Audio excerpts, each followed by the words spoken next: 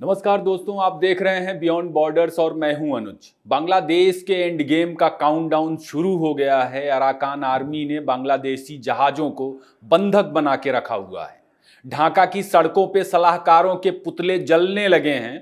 बांग्लादेशी कह रहे हैं कि भूखे रह लेंगे, लेकिन पाकिस्तानियों से दोबारा अपनी बहन बेटियों को नहीं नुचवाना है। यूनुस रिजिम के खात्मे का ऐलान अब ढाका की सड़कों पर सरेआम देखने को मिल रहा है। सलाहकारों के पुतले जलाए जा रहे हैं। बीएसएफ जब बांग्लादेशियों की भाषा में ही जवाब देने लगा है तो वहां हाय तौबा मची हुई है। किस तरह मची हुई है, आज यह आपको बताएंगे। यूनुस की कोई तिकड़म अब बांग्लादेश में काम नहीं कर रही। आज के शो में बहुत कुछ है। आपको बताएंगे कि ट्रंप की शपथ से पहले ही अमेरिका ने किस तरह यूनुस सरकार को घुटनों पे बिठा के सबसे जरूरी सवालों पे हिसाब किताब लिया है। संक्षेप में यह भी बताएंगे कि इमरान खान को 14 साल की जेल हो गई और इससे इसका पाकिस्तान पर कितना बड़ा असर पड़ने जा रहा। साथ ही साथ 20 जनवरी को डोनाल्ड ट्रंप के शपथ ग्रहण समारोह पर कौन सी नई आफत आ गई है, संक्षेप में दोस्तों उसकी भी खबर लेने का प्रयास करेंगे। वीडियो अंत तक देखें। बेहतर रीच के लिए इसे लाइक करें, शेयर करें, कमेंट बॉक्स में अपनी राय भी दें जो हमारे लिए मायने रखती है। दोस्तों, मोहम्मद यूनुस असल में भूखे पेट भजन गवाकर मामला सेट करने में लगा है बांग्लादेश में, जो संभव ही नहीं। भारत की तरफ सीमा पर फेंसिंग के बहाने यूनुस झड़पों की कोशिशों में लगा हुआ है। भारत ने कहा तुमसे झड़प नहीं करनी है, चीजें समझौते के मुताबिक ही हो रही हैं। फेंसिंग की यूनुस ने कहा कि हम फेंसिंग वेंसिंग को लेकर पहले के समझौतों को नहीं मानते हैं जो बांग्लादेश की पहले की सरकारों ने लिया था, और फेंसिंग करोगे तो उसे रोकेंगे, ऐसा बांग्लादेश सरकार का कहना है। कैसे रोकना चाहता है बांग्लादेश, आपने देखा होगा सीमा पर वह जंग लड़ने पर आमादा है। इस बीच पता नहीं वह कौन है जिसने अराकान आर्मी के कान में फूंक दिया, और जब बांग्लादेश फेंसिंग के बहाने झड़प का माहौल बना रहा था सीमा पर, अराकान आर्मी ने बांग्लादेश के कई जहाजों को अपने कब्जे में ले लिया। ये कार्गो जहाज हैं। ये टेक्नॉफ रूट से बांग्लादेश आ रहे थे। टेक्नॉफ बांग्लादेश म्यांमार के बॉर्डर पर है। टेक्नॉफ के पूरे इलाके को अराकान आर्मी अपना मानता है।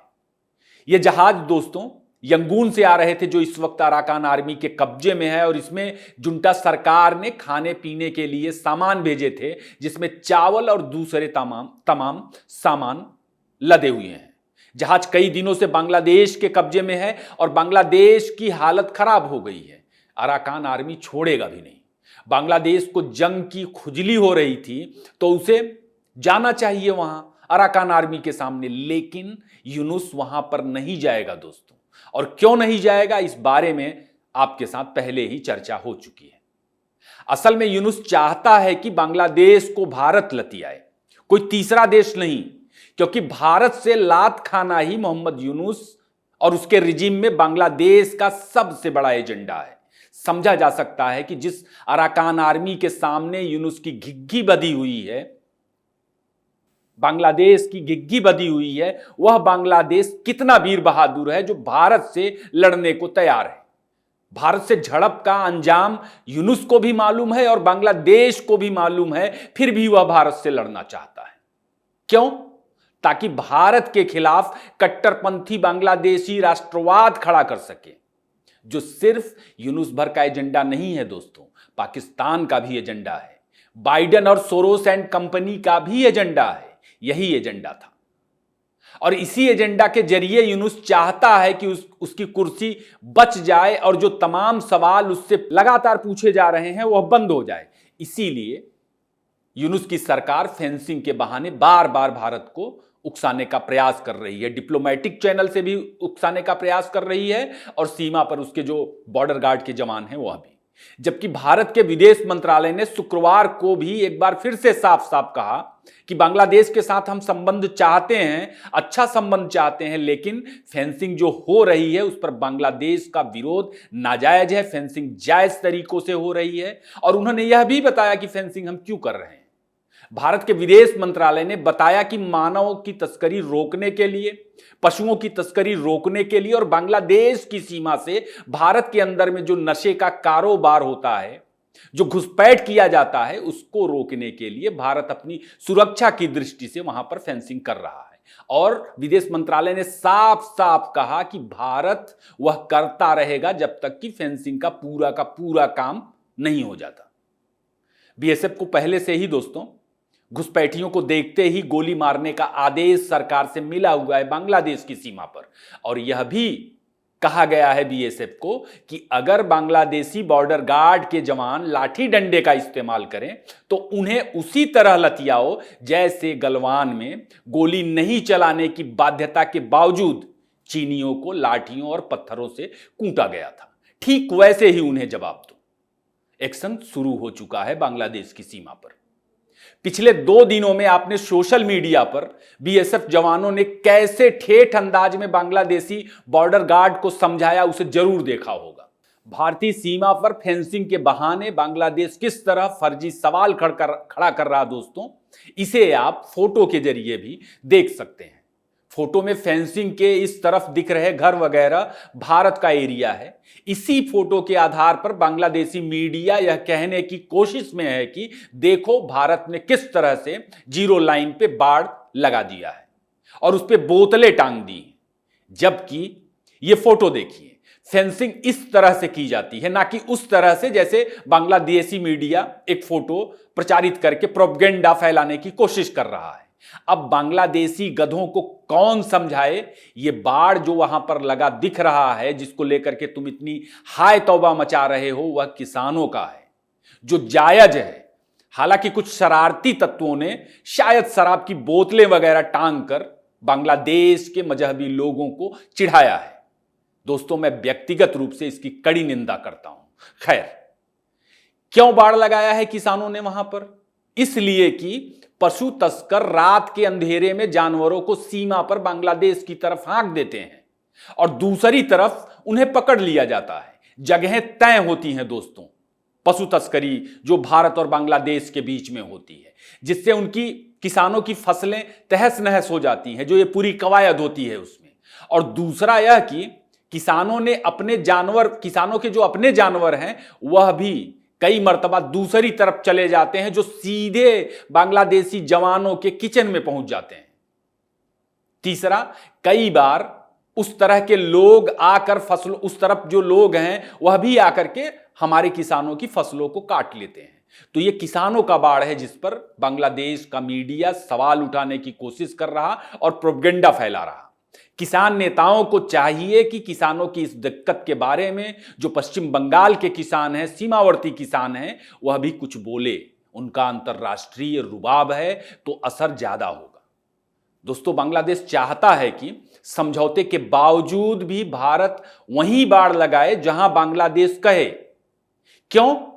ताकि घुसपैठ और तस्करी के काम उसके जारी रहें जो पहले से ही वह करता रहा है। यह तो नहीं होने वाला। यूनुस की यह तिकड़म दोस्तों बेकार हो चुकी है।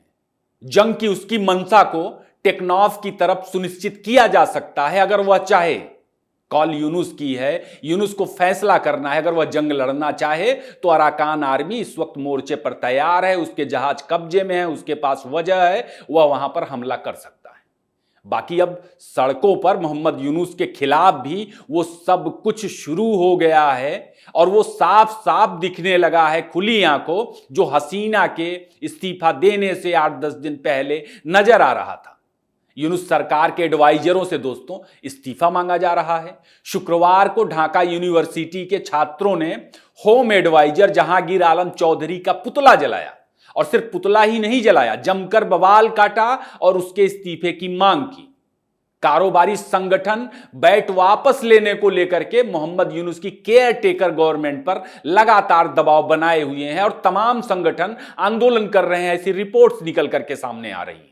शुक्रवार को बांग्लादेश में एक और नई चीज हुई दोस्तों। ढाका की यूएस एम्बेसी में स्टेसी जैकबसन ने अपना चार्ज संभाल लिया। चार्ज संभालने से पहले स्टेसी जैकबसन 4 दिनों से बांग्लादेश के हालात को समझ रही थी और यह सामने आ रहा है कि वे तमाम लोगों से मिल रही थी, तमाम चीजों को, उनके पीछे की वजहों को पता लगाने की कोशिश में थी। चार्ज संभालते ही स्टेसी ने यूनुस के सबसे खास सलाहकारों आसिफ नजरूल से मुलाकात की और जम करके उसकी क्लास लगाई। खासकर जो 150 से ज्यादा आतंकियों को छोड़ा गया और जिस तरह छोड़ा गया उसे लेकर के सवाल जवाब किए।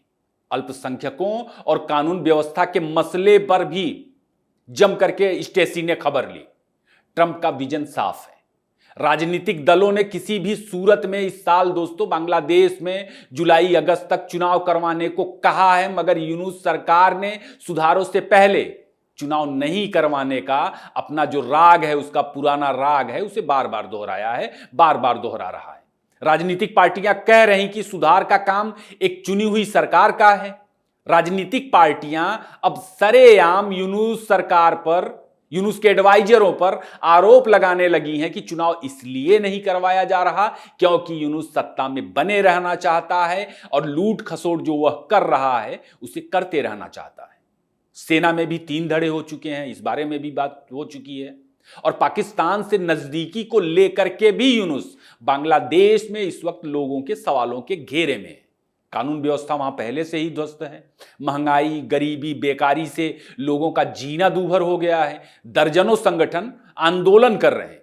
यूनुस को बचाने वाली सरकार भी अमेरिका से अब जा चुकी है और ट्रंप के आने के बाद उसे बचाने वाला इस वक्त पूरी दुनिया में कोई नजर नहीं आ रहा। उसके पास कुछ है भी नहीं कि लोग बचाएं। यूनुस या तो भागेगा या लटकाया जाएगा। तीसरा विकल्प मोहम्मद यूनुस के पास दोस्तों नहीं है। ट्रंप 20 जनवरी को शपथ लेंगे, लेकिन शपथ से पहले एक अड़चन की वजह से उनके प्रोग्राम में थोड़ा सा बदलाव किया गया है। दोस्तों पिछले 40 सालों में यह पहली बार होगा जब अमेरिका के प्रेसिडेंट का शपथ ग्रहण अंदर होगा, बाहर नहीं होगा। ट्रंप का शपथ ग्रहण असल में कैपिटल रोटुंडा में होगा। यूएस कैपिटल बिल्डिंग में जो बड़ा सा डोम यानी गुंबद आपको दिखता होगा, यह उसी के नीचे का एरिया है। शपथ ग्रहण अंदर करवाने की वजह असल में वाशिंगटन डीसी का बर्फीला मौसम है दोस्तों, जो इस वक्त बहुत ज्यादा खराब है और 20 जनवरी के दिन और ज्यादा इसके खराब रहने की आशंका है। दोस्तों एक सबसे बड़ी खबर हमारे पड़ोस में पाकिस्तान से भी आ रही है और यह आगे बांग्लादेश के लिए भी एक दुखद खबर साबित हो सकती है। इसलिए दुखद खबर साबित हो सकती है कि बांग्लादेश को ऐसा लगता है कि भारत के खिलाफ पाकिस्तान से उसे बहुत बड़ी मदद मिलेगी।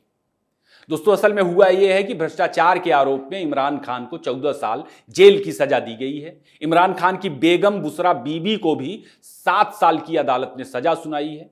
हालांकि इमरान आरोपों को सिरे से खारिज करता आ रहा है। अपने ऊपर लगाए तमाम आरोपों को उसने खारिज किया है। इमरान के ऊपर दोस्तों इससे पहले भी कई और आरोप हैं। इमरान खान को सजा मिलने के बाद पाकिस्तान की हालत और ज्यादा खराब हो सकती है। इमरान खान पश्तून बैकग्राउंड से है।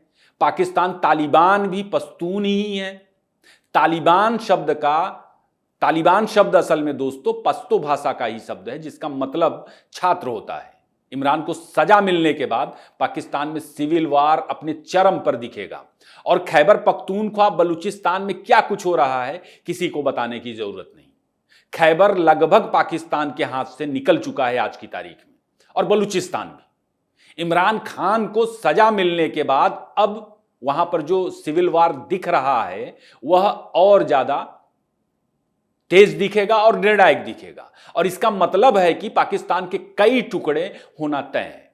पाकिस्तान की सरकार, पाकिस्तान की सेना और पाकिस्तान का कारोबार, ये सब पंजाबियों के नियंत्रण में है। और ये समूह नहीं चाहता था कि इमरान खान प्रधानमंत्री की कुर्सी पर बैठा रहे या बैठ जाए, और इसी वजह से इमरान खान को चुनाव में बेईमानी से हरवाया गया। इमरान खान को जेल में डालकर सजा देकर उसकी राजनीति को तबाह करने की कोशिश हुई। और एक वजह यह भी थी कि इमरान खान चीन का विरोध करता था, उसने सीपेक को बंद कर दिया था। इमरान को सजा मिलने के बाद पाकिस्तान को एकजुट रखने की रही सही कसर जो लोगों को नजर आ रही थी वह खत्म हो जाएगी, वह खत्म हो चुकी है। पाकिस्तान से जल्द ही बड़े बड़े अपडेट निकलेंगे। वहां के पत्रकारों और तमाम यूट्यूबर्स को पहले ही जेलों में डाला जा चुका है, वे नजर नहीं आ रहे हैं, आपने भी देखा होगा। और फरवरी के बाद गर्मियों की शुरुआत के साथ ही पाकिस्तान से दोस्तों ये मान के चलिए कि ऐसी खबरें निकलना शुरू होंगी जिसका इंतजार हम और आप लंबे वक्त से करते रहें। आज का शो यहीं खत्म करते हैं। वीडियो कैसा लगा जरूर बताएं, इसे लाइक करें, शेयर करें और अपनी राय भी जरूर दें। फिर किसी नए टॉपिक पर मुलाकात होगी। आपने इतना वक्त दिया, आपका बहुत बहुत धन्यवाद।